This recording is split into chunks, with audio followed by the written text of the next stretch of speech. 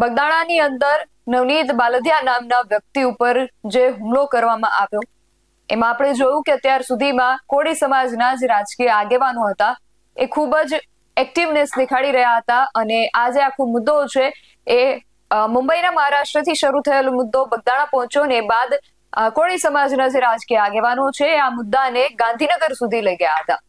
એસઆઈટીની રચના થઈ ગઈ છે, પરંતુ છતાં હવે કોળી સમાજના જે સામાન્ય લોકો છે એ પણ આ વાતને લઈને મેદાને આવ્યા છે અને અલગ અલગ જગ્યાએ મામલતદાર કચેરીએ આને આ વિષયને લઈને આવેદન આપવામાં આવ્યું છે. શું છે સમગ્ર વિગત જાણીએ આ અહેવાલમાં. જય હિન્દ. BS9 TV ન્યૂઝ પર આપની સાથે હું છું નિધિ ગઢવી. નવનીત બાલદિયાની વારે કોળી સમાજના રાજકીય અને સામાજિક આગેવાનો તો પહોંચ્યા જ હતા, પરંતુ હવે કોળી સમાજના સામાન્ય લોકો પણ નવનીત બાલદિયા માટે લડત લડવા માટે મેદાને ઉતર્યા છે. એવા સમાચાર મળી રહ્યા છે કે ભાવનગરના ઉમરાળા અને સિંહોરમાં કોળી સમાજના આગેવાનો દ્વારા મામલતદારને આ વિષયને લઈને આવેદન આપવામાં આવ્યું છે અને ન્યાય માટે માંગણી કરવામાં આવી છે. એમનું કહેવું છે કે 8 જેટલા જે આરોપીઓ છે એમની તો પોલીસે ધરપકડ કરી છે, પરંતુ જે મુખ્ય 2 આરોપી છે જેનું નામ નવનીત બાલદિયા પણ લઈ રહ્યા છે, માયાભાઈ આહિર અને જયરાજ આહિર સામે પગલા શા માટે લેવામાં નથી આવી રહ્યા અને એમની સામે પણ પગલા લેવામાં આવે એવી માંગણી સાથે આ આગેવાનો દ્વારા આવેદનપત્ર આપવામાં આવ્યું છે. સિંહોરમાં આવેદન આપતી વખતે કોળી સમાજના મહિલા આગેવાન જે વકીલ પણ છે એમણે શું કહ્યું એ પણ સાંભળીએ. આજે શિહોર મામલતદાર કચેરી ખાતે આજે બહોળી સંખ્યામાં કોળી સમાજના ભાઈઓ બહેનો જયારે આવેદનપત્ર આપવા આવ્યા છીએ. આપણે બગદાણામાં જે નવનીતભાઈ ઉપર એક જે હિંસક જીવલેણ હુમલો કરવામાં આવેલ હતો, આ હુમલાના પગલે જયારે એક સામાન્ય ગુનાની એફઆઈઆર, સામાન્ય મારામારીના ગુનાની જયારે એક એફઆઈઆર થયેલ હતી, એમાં આરોપીઓ વિરુદ્ધ માત્ર અજાણ્યા એવા શખ્સો તરીકે એક એફઆઈઆર નોંધવામાં આવેલ હતી. એમાં કોઈ પણ આરોપીઓ વિરુદ્ધ નામજોગ ફરિયાદ કરવામાં ન આવેલ હતી.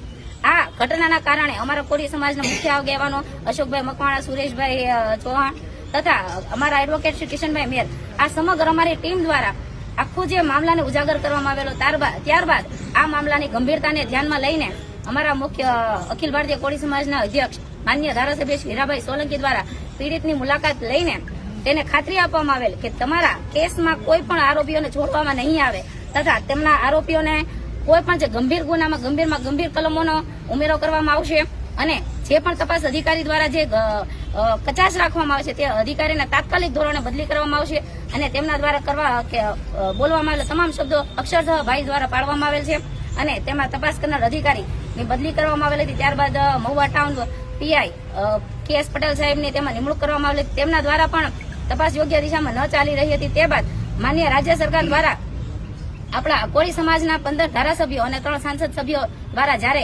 ગાંધીનગરમાં કાલે મુલાકાત થઈને મુલાકાત દ્વારા CM સાહેબ દ્વારા તટસ્થ તપાસની ખાતરી આપવામાં આવેલ હતી અને આ મામલાને લઈને SITની એક નિમણૂક કરવામાં આવેલ હતી, જેમાં અમરેલી ધારીના ડીવાયએસપી શ્રીની અધ્યક્ષતામાં એક SITની નિમણૂક કરવામાં આવેલ છે અને આ SIT દ્વારા અમારી સમગ્ર કોળી સમાજ વતી અમે એક માગણી કરીએ છીએ કે આ ગંભીર ઘટનાના મુખ્ય આરોપી જે હજુ પણ બહાર ફરે છે, આ કાવતરાખોર આરોપીઓને તાત્કાલિક ધોરણે ધરપકડ કરવામાં આવે, તેમની સંડોવણી બહાર પાડવામાં આવે, CCTV તથા કોલ રેકોર્ડિંગ દરેક પ્રકારની માહિતીને જાહેર કરવામાં આવે અને આ આરોપીને તાત્કાલિક ધોરણે ધરપકડ કરવામાં આવે એવી અમારી સમગ્ર કોળી સમાજની લાગણી અને માગણી છે.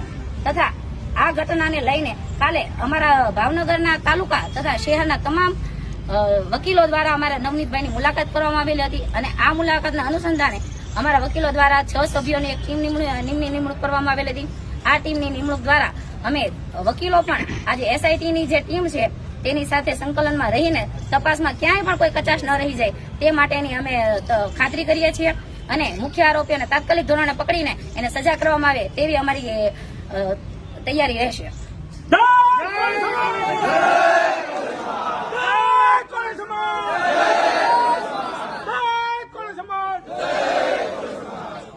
કાર્યક્રમની આભાર વિધિ ભાવનગર જિલ્લા અખિલ ભારતીય કોળી સમાજના મહામંત્રી સુરેશભાઈ ચૌહાણ કરશે અને આપ સૌનો આભાર પણ માનશે. મિત્રો, આભાર કોળી સમાજના કોઈ યુવાનનો માનવાનો થતો નથી. બધા લોકો પોતપોતાની ફરજ સમજી, નિષ્ઠા સમજીને આવ્યા છે એટલે આભાર માનવાનો થતો નથી. આભાર તો હું પછી માનીશ. બાકી પહેલા હું મારી મુખ્ય વાત કરવા માંગીશ. જે મહુવામાં જે ઘટના બની છે અને આપણા જે કોળી સમાજના આગેવાનને જે ઢોર મારવામાં આવ્યો છે તેની અવળા માર્ગે જે ગેરમાર્ગે તમને કહું જે તપાસ ન કરી અને આરોપીને છાવરવાનો પ્રયત્ન કરનાર બગદાણાના પીએસઆઈને તાત્કાલિક ધોરણે ડિસમિસ કરવામાં આવે એવી અમારા શિહોર શહેર અને તાલુકાની માંગણી છે. તેમજ અમારા આખા સમાજને રોડે ચડેના ડીએસપી રીમાબા ઝાલા જેને પણ તમને કહું તટસ્થ તપાસ નથી કરી અને કેસને ક્યાંક ને ક્યાંક અવળા માર્ગે લઈ ગયા છે તેની પણ બદલીને અમારે એનું પણ ફરજ મુક અમારે ડિસમિસ કરવાની અમારી માંગણી છે. અમારે સૌની માંગણી છે. આજે અહીંયા જે મોટી સંખ્યામાં જે સોશિયલ મીડિયાના માધ્યમથી જે લોકો ઉપસ્થિત થયા છે એ સૌ મિત્રોનો હું આભાર માનું છું. સાથે સાથે જે પત્રકાર મિત્રો, જે ન્યૂઝ આવૃત્તિના તંત્રી રિપોર્ટર મિત્રો જે અહીંયા ઉપસ્થિત હતા એમનો પણ હું આભાર માનું છું.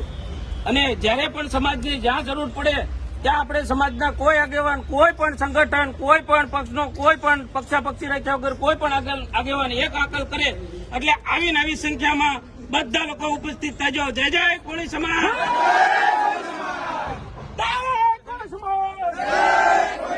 તો સિહોર અને ઉમરાણાની અંદર કોળી સમાજના આગેવાનો દ્વારા મામલતદારને આવેદન આપવામાં આવ્યું છે. હવે આ વિષયને લઈને આગળ શું થાય છે ખાસ જોવું રહેશે, કારણ કે તપાસ એક બાદ બીજા અને બીજા બાદ હવે ત્રીજા પોલીસ અધિકારીને સોંપી દેવામાં આવી છે. એસઆઈટીની રચના પણ થઈ ગઈ છે. હવે આશા એ રાખીએ કે આ એસઆઈટી દ્વારા નિષ્પક્ષ તપાસ કરવામાં આવે ને ખરેખર સત્ય શું છે એ સામે આવે. આ સમગ્ર વિષયને લઈને તમારું શું માનવું છે અમને કમેન્ટ કરીને ચોક્કસથી જણાવજો. આવા જ વધુ અહેવાલો સાથે મળતા રહીશું. તમે મારી યુટ્યુબ ચેનલને સબસ્ક્રાઇબ કરવાનું અને અમને ફેસબુક અને ઇન્સ્ટાગ્રામ પર ફોલો કરવાનું ભૂલશો નહીં. બાકી નવી અપડેટ્સ માટે આપ જોતા રહો BSI TV ન્યૂઝ. નમસ્કાર.